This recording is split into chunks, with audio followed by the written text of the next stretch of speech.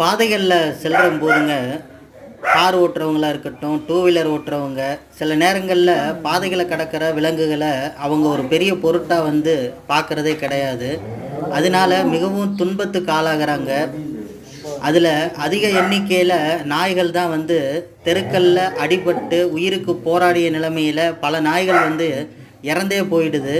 சில நாய்கள் மட்டும் விலங்குகள் நேசகர்கள் மூலமாக மீட்கப்பட்டு அரசு கால்நடை உதவியோட வைத்தியங்களை பார்த்துக்கிட்டு அதுக்கு பிறகும் உயிரை பிழைக்கிறதுக்காக போராடிக்கிட்டு இருக்காங்க.